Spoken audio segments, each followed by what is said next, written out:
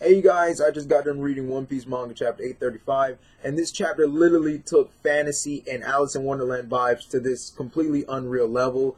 For example, we have citizens in Totland every 6 months paying what is essentially a life tax to just be there. Also, the Devil Fruit abilities are just overpowered. For example, we have Brule, who can basically reflect anything. She can also cast mirror-like illusions, transforming animals into people. Also, she can even capture people in her mirrors. Then we have Big Mom. She has the most overpowered devil fruit that I can think of at this moment.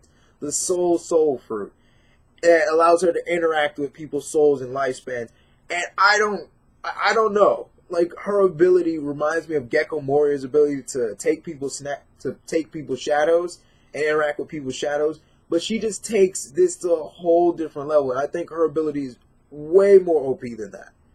For example, she can take the basic lifespans and souls of people, and then she can spread it out among Totland, and these souls get into inanimate objects and animals and become sentient and humanized. And I'm just like, I don't know. That's just overpowered. Like, how do you fight someone who can literally take away your lifespan? How do you fight someone who can literally not only take your lifespan, but essentially put souls in the inanimate objects and other creatures? She could get some of the most strongest creatures in the One Piece universe and put souls into them and humanize them and turn them into basically an army.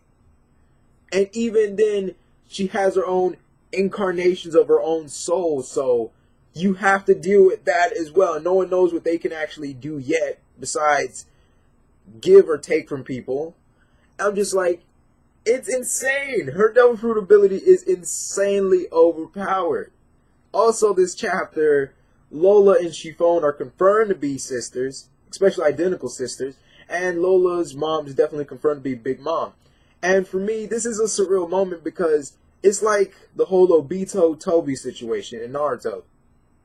For the longest time, people were saying that Toby was Obito, and everyone brushed off because it was just too obvious. It was too clear. It was too straightforward to be true.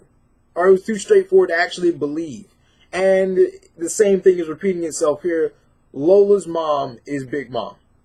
Also, we have another of Big Mom's children, Charlotte Cracker.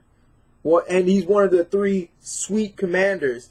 And I'm just really excited over that. And what I mean excited is by the 3 sweet commanders. Obviously, this is probably one of her top hand men, one of her elite groups. Like Kaido has his 3 calamities or disasters.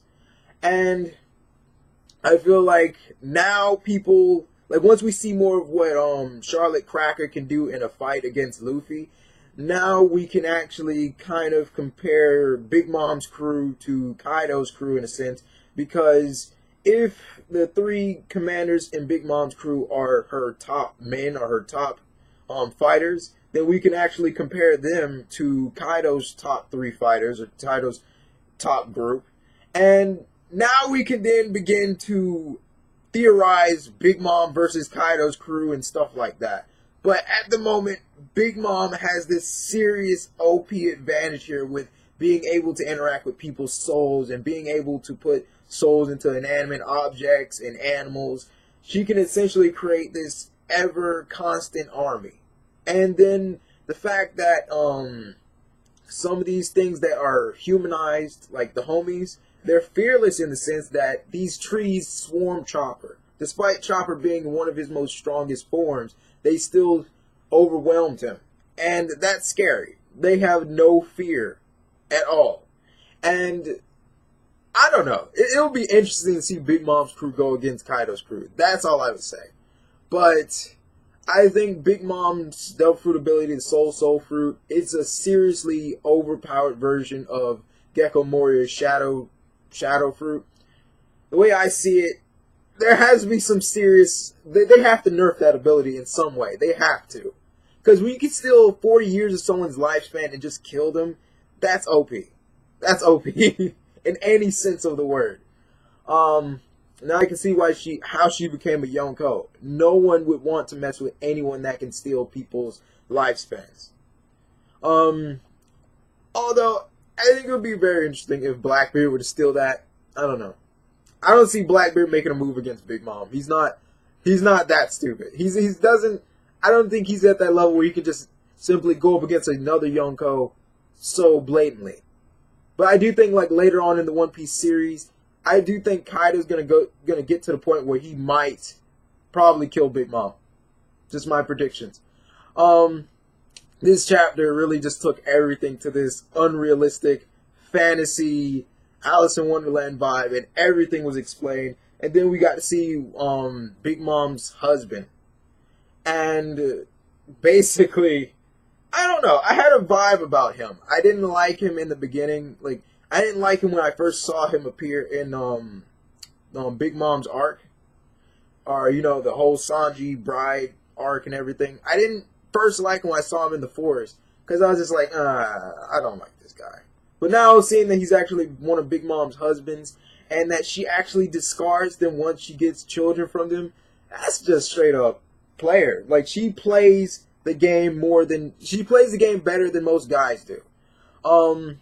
That's all I have for this video. If you want to show some support for the channel, like, share, comment, subscribe. Bye.